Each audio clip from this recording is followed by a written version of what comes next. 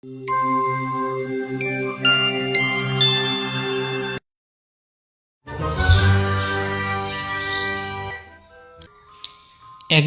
এক চালাক শিয়াল তার খাবারের খোঁজে বনে ঘুরে বেড়াচ্ছিল। হঠাৎ করে সে এক বিশাল বড় বাঘের সামনে পড়ল। চালাক শিয়াল বাঘের মুখোমুখি হতে হবে টের পেয়ে গেল। চালাক শিয়াল মনে মনে ভাবতে লাগলো, এইসব কি হয়ে গেল রে বাবা, আমি আমার খাবারের খুঁজে এসে এখন তো আমি কি বাঘ মামার খাবার হয়ে যেতে হচ্ছে। এখন আমি কি করব, কি করে বাঘ মামার হাত থেকে রক্ষা পাবো? না, আমি এখন এখানে দাঁড়িয়ে থাকলে চলবে না, যেই করেই হোক আমাকে বাঘ মামার হাত থেকে রক্ষা করতেই হবে।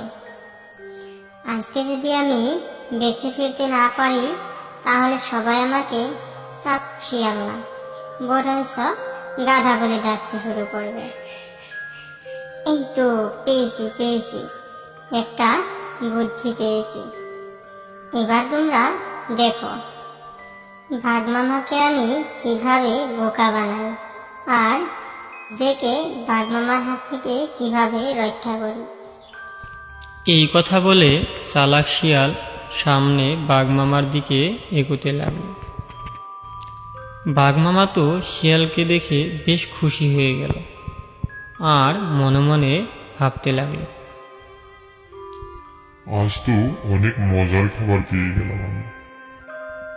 এই কথা ভেবে বাঘ মামা শিয়ালকে খাওয়ার জন্য শিয়ালের দিকে এগোতে লাগল। তখন চালাক শিয়াল একেবারেই ঘাবড়ে গেল না। চালাক শিয়াল চিৎকার করে বলল, দাঁড়াও বাঘ মামা, আমি রাজআজ্ঞা নিয়ে এসেছি। আজ থেকে এই জঙ্গলে কেউ কোনো পশুকে খেতে পারবে না। চালাক শিয়ালের কথা শুনে বাঘ মামা থমকে দাঁড়ালো আর শিয়ালকে প্রশ্ন করল, তাই নাকি? তাহলে কোথায় তোমার রাজআজ্ঞা? দেখাও তো দেখি, আমি দেখব। তখন চালাক শিয়াল বলল, তুমি আমাকে বিশ্বাস করতেছ না, তুমি রাজআজ্ঞা দেখতে যাচ্ছ।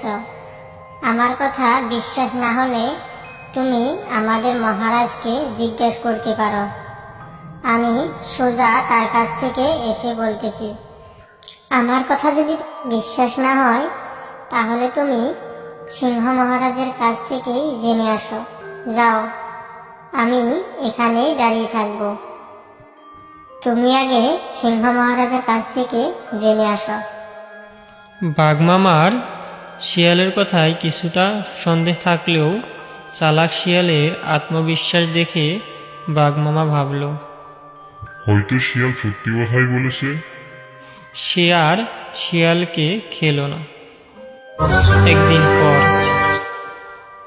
পরদিন বাঘ মামা সিংহ মহারাজের কাছে গিয়ে সব ঘটনা খুলে বলল।